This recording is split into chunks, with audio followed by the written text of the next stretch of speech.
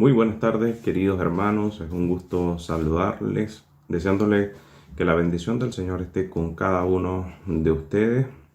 Eh, el estudio bíblico del día de hoy se titula Caín, Abel y nosotros, porque es una reflexión centrada en la historia de Génesis 4, una historia de Caín y Abel que es por demás conocida tanto por creyentes como por no creyentes, y eso se demuestra en el uso de expresiones tales como pasarlas de Caín, que hace referencia a cuando una persona o un grupo de personas están pasando por una serie de eventos desafortunados. Lamentablemente, pocas frases pueden describir la actualidad del venezolano como esta, pero vayamos entonces a ver por qué se usa esta expresión y por qué Caín pasó las de Caín. Abramos por favor nuestras Biblias en Génesis, en el libro del Génesis, en el capítulo número 4. Nuestra historia comienza primeramente desde el versículo número 1, conoció Adán a su mujer, la cual concibió y dio a luz a Caín, y dijo: por voluntad de Jehová he adquirido varón. El uso de esta palabra, conoció, en este caso y en varias ocasiones en la Biblia, hace referencia a una relación íntima, una palabra que también se va a describir o se va a utilizar para describir el hecho que después de haber tenido luz a Jesucristo, María y José tuvieron relaciones íntimas. Así va transcurriendo la narración. Se nos dice que luego de Caín, Adán y Eva tienen a Abel, el hermano menor. Se nos describe que el oficio de Caín era el de agricultor, mientras que Abel era un pastor de ovejas. Luego la narración nos habla de que en algún momento de sus vidas ambos deciden llevar una ofrenda al Señor. En el versículo 3 nos dice que: y aconteció, andando el tiempo, que Caín trajo del fruto de la tierra una ofrenda a Jehová. Y en el versículo número 4, y Abel trajo también de los primogénitos de sus ovejas, de lo más gordo de ellas. Y aquí es bueno destacar el hecho de que ya por primera vez en el registro bíblico se nos está hablando del hombre, en este caso de una pareja de hermanos, ejerciendo la religión tal cual como nosotros la conocemos en estos momentos. Es decir, estas personas estaban llevando una ofrenda, pero el resultado no fue seguramente lo que se estaba esperando.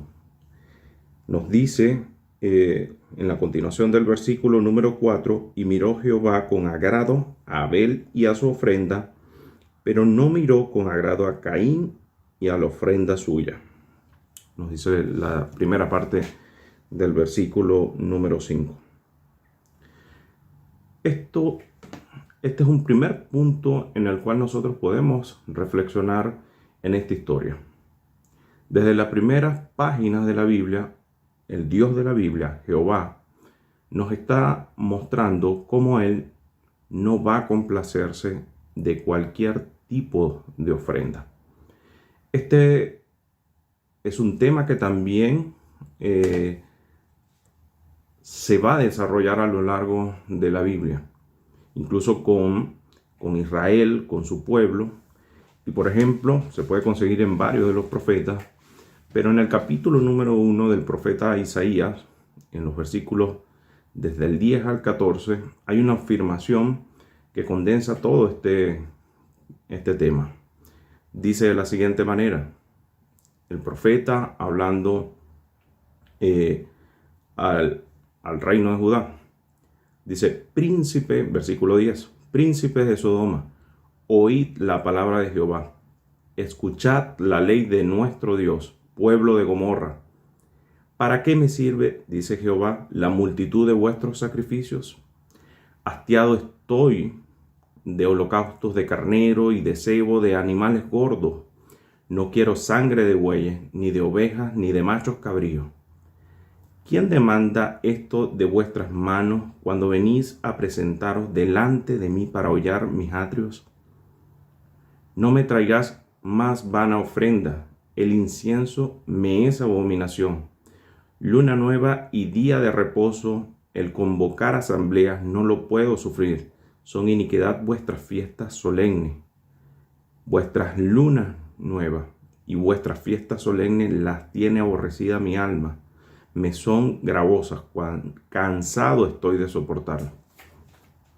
El Dios de la Biblia, no importa si estamos hablando del pueblo de Israel, de los descendientes de Abraham, el Dios de la Biblia, Jehová, desde las primeras páginas de la Biblia ya va mostrando de que no es un Dios de que se complace en cualquier tipo de ofrenda.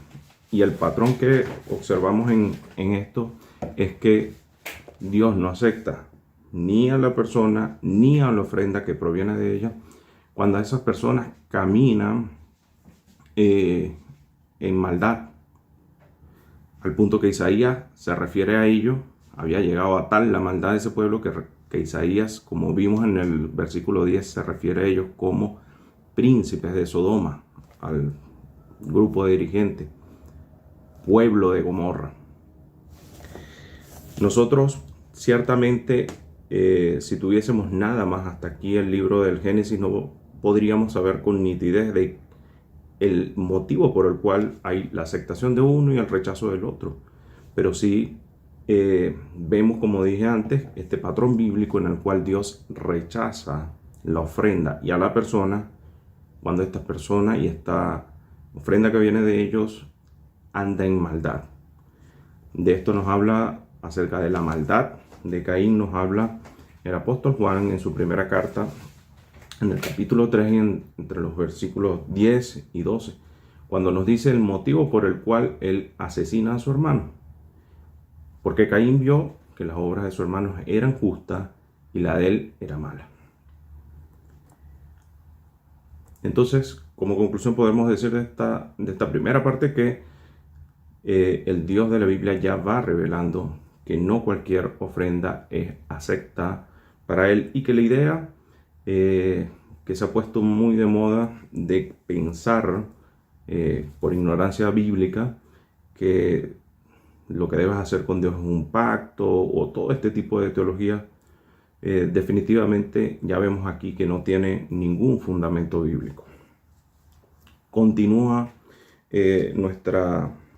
nuestro estudio y vemos en la historia entonces que Jehová no mira con agrado a Caín. Dice la continuación del versículo 5: y se ensañó Caín en gran manera y decayó su semblante. Versículo 6: entonces Jehová dijo a Caín: ¿por qué te has ensañado? ¿Y por qué ha decaído tu semblante? Versículo 7: si bien hicieres, no serás enaltecido. Y si no hicieres bien, el pecado está a la puerta. Con todo esto, a ti será tu deseo, su deseo, y tú te enseñorearás de él. Este segundo punto es también muy importante, porque lo que estamos observando acá es que, y también se desarrolla esto en el resto de la Biblia, es que el Dios de la Biblia es un Dios que busca al hombre, que confronta al hombre y busca su arrepentimiento. El Dios de la Biblia no es alguien que está esperando, no es un ser que está esperando simplemente a que los seres humanos se equivoquen y él juzgarlos, enviarlos al castigo y la condenación. Una muestra de esto lo encierra lo escrito por Ezequiel. Ezequiel, capítulo 33 y versículo 11.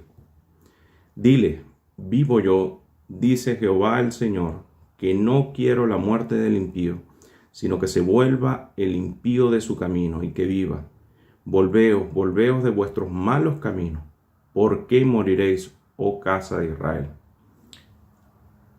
El Señor no es un Señor que se goce en el castigar al impío, por más justo que esto sea. El Señor, por el contrario, es un Señor que se goza en el corazón arrepentido. Eso es lo que nos muestra Lucas 15:7. Y la conversación que está teniendo aquí con Caín es una muestra de ello. Caín, las cosas no comenzaron bien, pero no tienen por qué terminar de esta manera. Si hicieres el bien, esto es, si te vuelves de tus malos caminos, ¿acaso no serás enaltecido? Eso es lo que el Señor aquí le está diciendo. Pero va a terminar esta sección, por llamarla de alguna manera, y Caín no se va a arrepentir. Caín no va a atender el llamado que le está haciendo el Señor al arrepentimiento, la alerta, porque el pecado está por consumirlo. El pecado en efecto lo va a consumir. Caín, lejos de escuchar la palabra del Señor, la calla en sí mismo, en su conciencia, y le da paso a una mentira.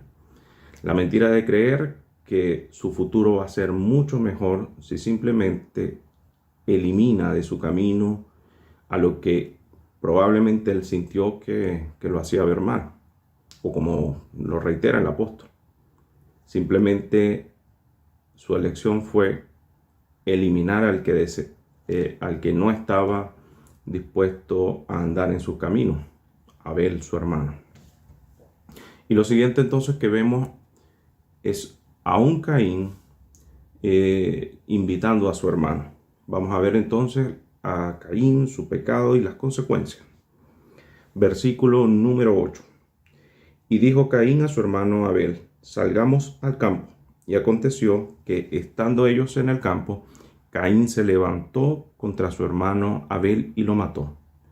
Y Jehová dijo a Caín: ¿dónde está Abel tu hermano? Y él respondió: no sé.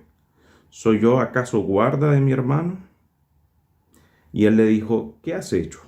La voz de la sangre de tu hermano clama a mí desde la tierra. Ahora pues, maldito seas tú de la tierra, que abrió su boca para recibir de tu mano la sangre de tu hermano. La filosofía de Caín queda entonces resumida en esa pregunta cínica que él hace frente al cuestionamiento de Dios. ¿Soy yo acaso guarda de mi hermano? ¿O qué tengo que ver yo con mi hermano? Esa respuesta habla de la oscuridad que hay en el corazón de Caín. Nos habla de que ese pecado que estaba a la puerta ha consumido en efecto a Caín, tal como la advertencia que el Señor le había dado. Lamentablemente, lo hecho por Caín no quedó allí. Lo hecho por Caín va a ser imitado, y lo vamos a ver en la Biblia, también por el reino de Judá y por el reino de Israel, por el reino del norte. Y las consecuencias de seguir los pasos que sigue Caín se van a ver reflejados. Tanto el reino de Judá como el reino del norte, este último fue primero, fueron invadidos por los enemigos, cuando el mismo Dios los entregó a sus enemigos como castigo. Porque cuando se imita los pasos de Caín, las consecuencias no pueden ser otras que las que nos muestra el texto. Versículo 12: cuando labres la tierra, no te volverá a dar su fuerza, errante y extranjero serás en la tierra. Dios, o mejor dicho, Caín, con su actuación, lamentablemente se coloca en una posición en donde lo único que le corresponde es el justo juicio de Dios. Dios no se goza en efecto de aplicar este juicio, pero cuando Caín, y posteriormente también en la historia de la Biblia,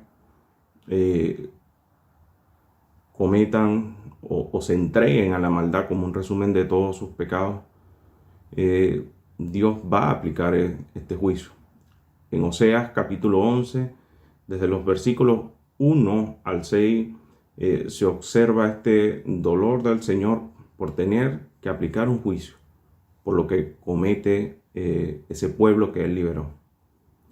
Oseas capítulo 11, versículos del 1 al 6. Dice: Cuando Israel era muchacho, yo lo amé, y de Egipto llamé a mi hijo.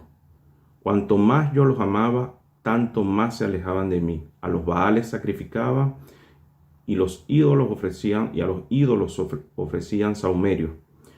Yo con todo eso enseñaba a andar al mismo Efraín, tomándole de los brazos, y no conoció que yo le cuidaba.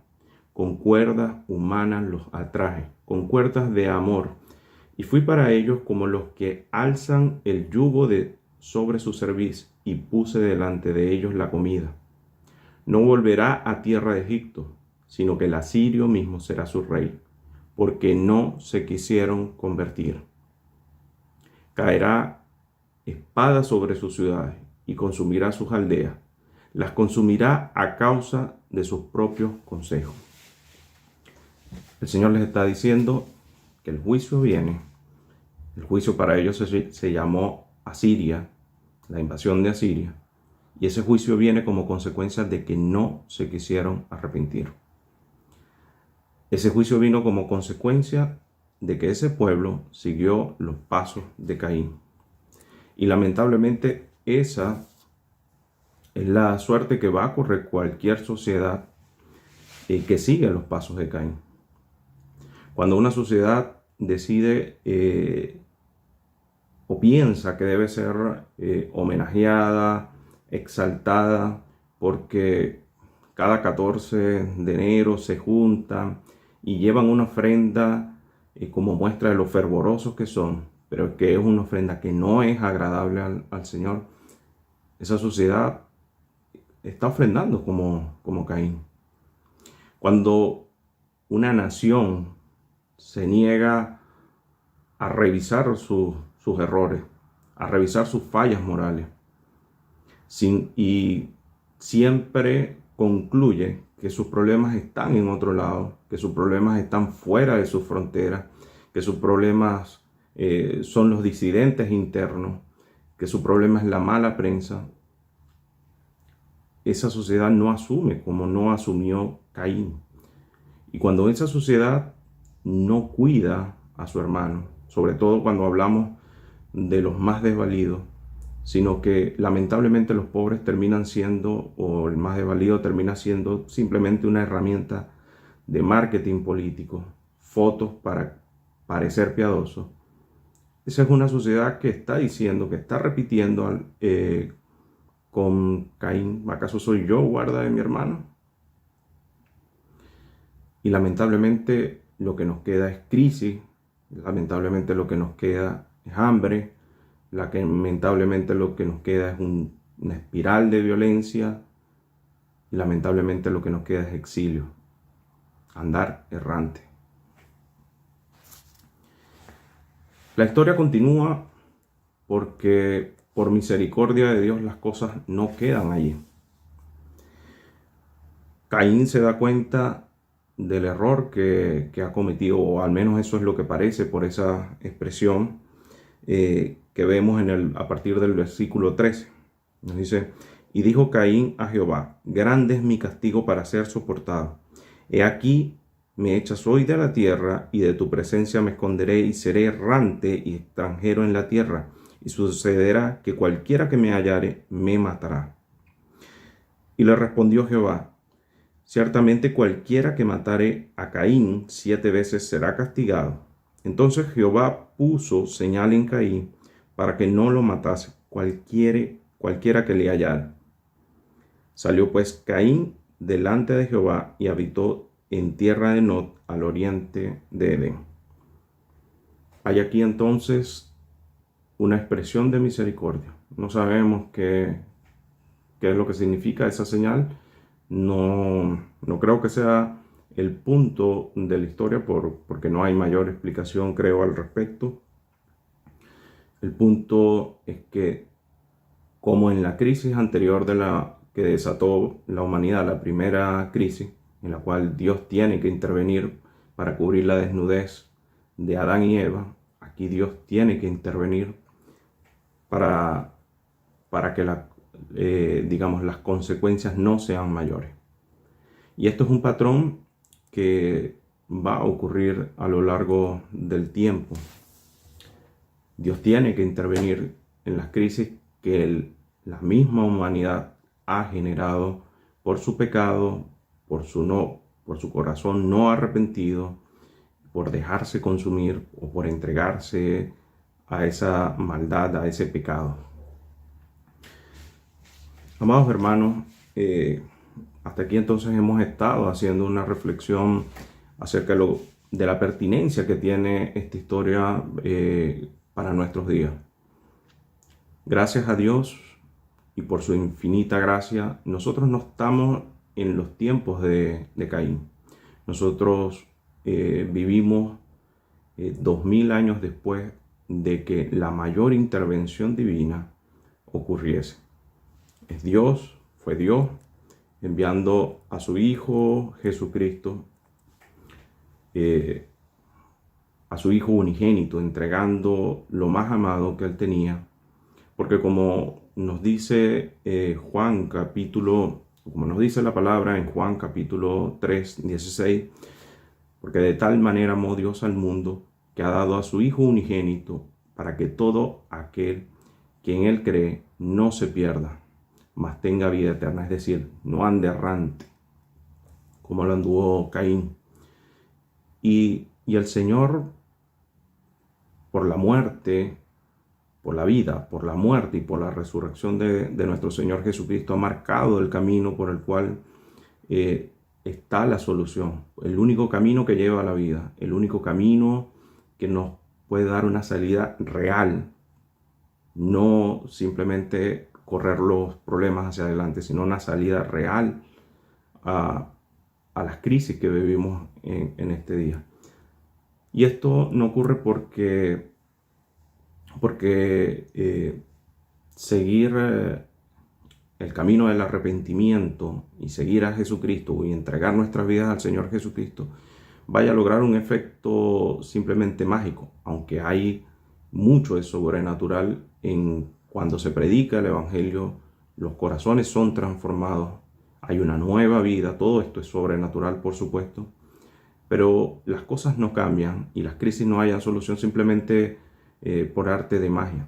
Es porque cuando una nación, cuando una sociedad se arrepiente ante la predicación del Evangelio y decide seguir a Jesucristo, estamos siguiendo un Jesucristo que, a diferencia de Caín, en todo obedeció al Padre. En todo obedeció al Padre. A diferencia de Caín, Jesucristo denuncia la religión vacía. Allá en Mateo 5, del 22 al 24, nos habla que le habló a las personas que cuando fuesen a entregar una ofrenda, pero esa persona tuviese un conflicto con su hermano, más importante era que dejara atrás ese conflicto. ¿Por qué? Por las mismas consecuencias que estamos viendo con esta historia de Caín. Un Jesucristo que no nos está invitando a un paseo de muerte como lo hizo Caín con su hermano, sino que Él, cuando nosotros éramos aún sus enemigos, Él dio la vida por nosotros, por nuestros pecados, como nos lo dice Romanos 5:8. Y un Jesús que enseñó que esta nueva humanidad que surgía a partir de esta obra sobrenatural, de estas nuevas criaturas, esa humanidad iba a ser reconocida por el amor que se tuviesen los unos a los otros. Hermanos amándose, no como Caín, que asesinó a su hermano. Amada iglesia, entonces tenemos un llamado como pueblo de Dios a ser instrumentos en la intervención de una crisis, a ser un instrumento a través de la predicación del Evangelio y el vivir el Evangelio. Como nos dice y nos encomienda allá en Mateo 28 del 19 al 20 nuestro Señor Jesucristo.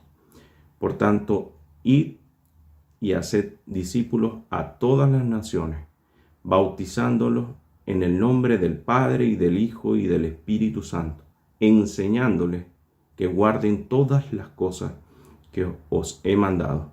Y he aquí, yo estoy con vosotros todos los días hasta el fin del mundo. Amén.